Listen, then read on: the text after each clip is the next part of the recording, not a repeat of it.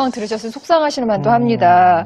근데 실제로 아이들 키우는 엄마들은 다 알아요. 무조건 입에다가 갖다 넣으니까요. 그렇죠. 쪽쪽 빨고. 예, 연구관님, 요 장난감도 크기도 이렇게 기준이 있어야 될 것 같아요. 어떤가요? 네, 작은 부품에 대한 기준은 90년대 초반부터 있었습니다. 네. 예를 들면 이제 아이들 식도 크기가 이제 37.1mm인데요. 네. 거기를 통과하는 장난감은 불량 장난감이 됩니다. 근데 이제 그게 0세부터 3세의 연령에 대한 기준이기 때문에 아까 말씀드린 것처럼 4세나 5세 장난감에는 적용이 되지 않아요. 거기서는 이제 경고 문구를 표시한다거나 이런 식이면은 불량 장난감으로 분류가 안 되기 때문에 자기 연령에 맞는 장난감을 사용하도록 하는 게 중요하고요. 네. 과거에 아까 이제 박사님 말씀하신 것처럼 그 자석에 대한 기준이 없었는데 그런 자석의 그 삼킴으로 인한 사고, 이런 사고 발생 이후로 자석에 대한 관리 기준을 만들었습니다. 자석 지수가 너무 세고 또 작은 부품인 경우에는 불량 장난감으로 분류를 하고 있고 그것에 대해서도 우리나라도 2012년 1월부터 관리를 하고 있으니까요. 네. 근데 이제 꼭 장난감 기준이 있다고 해서 이런 사고가 안 나는 건 아니에요. 어떻게 보면은 소비자 과실이라고 해야 되나? 장난감에 이제 모든 걸 다 맡기고 엄마가 다른 일을 하시는 경우도 많으신데 절대로 그러시면 안 되세요. 맞습니다. 네, 맞아요. 아이들. 아까 나똑순 여사님이 얘기했을 때 보니까 그 애가 돌 아이였잖아요. 그렇죠. 네. 방금 말씀하신 대로 하면 이게 37.1mm니까 3.7cm보다 작으면 안 된다는 거잖아요. 네. 그 아이한테는 그 공기가 불량 장난감이 불량 되는 장난감이 거죠. 되는 절대 거죠. 갖고 놀게 해서는 안 됩니다. 맞습니다. 네. 이렇게 우연찮게 장난감의 부속이나 이런 걸 삼켰을 때 어떻게 처치를 해야 될까요?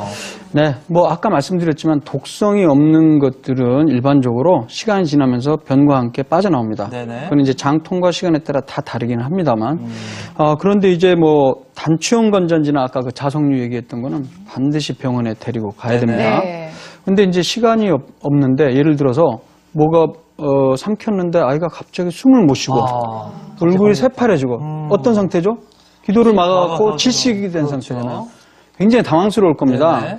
일단 당황하지 말라고 제가 얘기해도 당황하실 텐데 그래도 침착하게 119에 전화를 먼저 합니다. 네. 일단 부르고 그 다음에 응급처치를 해야 됩니다. 네네. 이걸 빼내는 방법은요.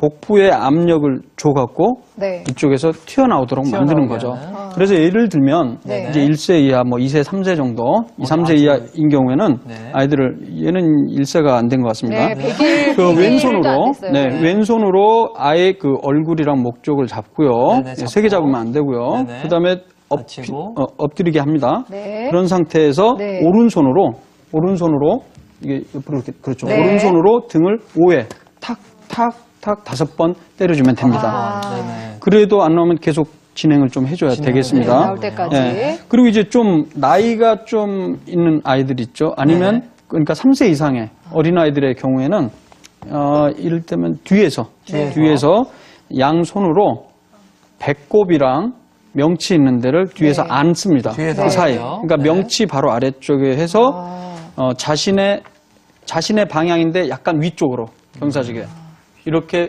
쭉 당깁니다. 이렇게. 네. 그렇게 하면 이제 압력이 높아지기 때문에 기도에 걸려있던 이물질이 빠져나올 수가 있습니다. 마찬가지로 어른의 경우에는 우리가 네. 보통 영화에서도 가끔 나오지 않습니까? 그렇죠. 레스토랑에서 뭐 고기 먹다가 갑자기 킥킥 되는 경우 있죠.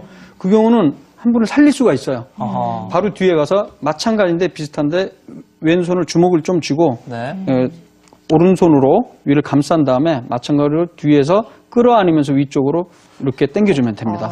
그러면 한 생명을 살릴 수가 있죠. 영화에서 이렇게 하면 이렇게 하던 그 분들이 이렇게 하다가 퐁 튀어나오는 그런. 네. 그걸 이제 저희가 하임리 방법이라고 하임리 보통 이야기합니다. 하임리 입법이라고 합니다. 네네. 네, 바로 119에 전화하시지만 이 응급처치법도 그렇습니다. 기억하셔야 될 것 같아요. 네네. 근데 아이들 장난감이 뭐 이렇게 딱딱한 것만 있는 게 아니라 그렇죠. 헝겊도 있고 종이도 있고 재료별로 천차만별인데 요게 따라서도 선별 방법이 있을 것 같아요.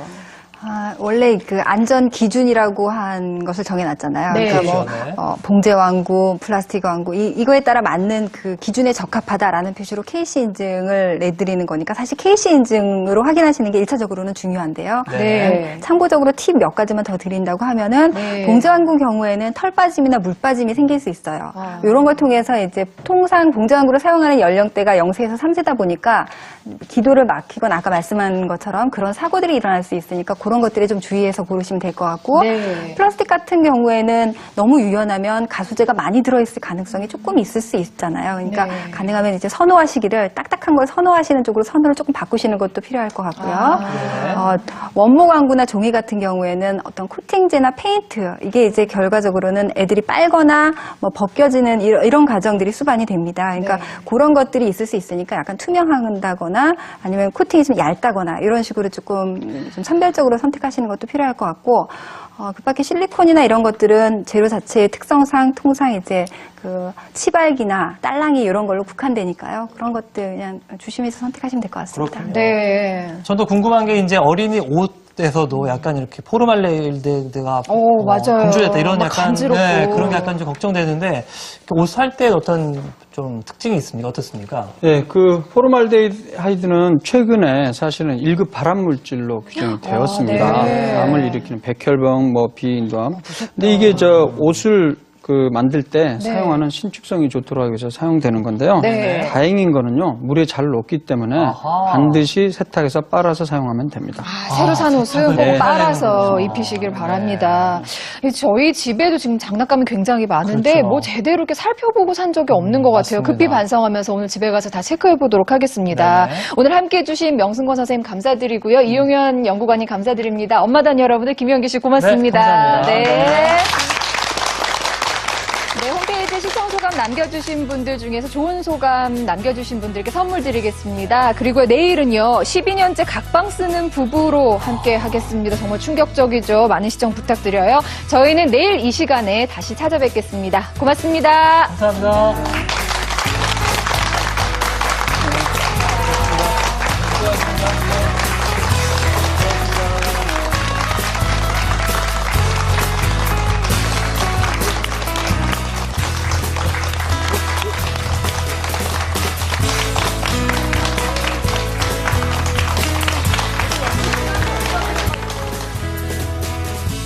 도움 주신 분들께 스킨베리 나띠르에서 유기농 스킨케어 세트, 유한양행에서 식물세정 성분 세탁세제, 국민건강연구소 일동제약에서 적외선 체온계를 드립니다.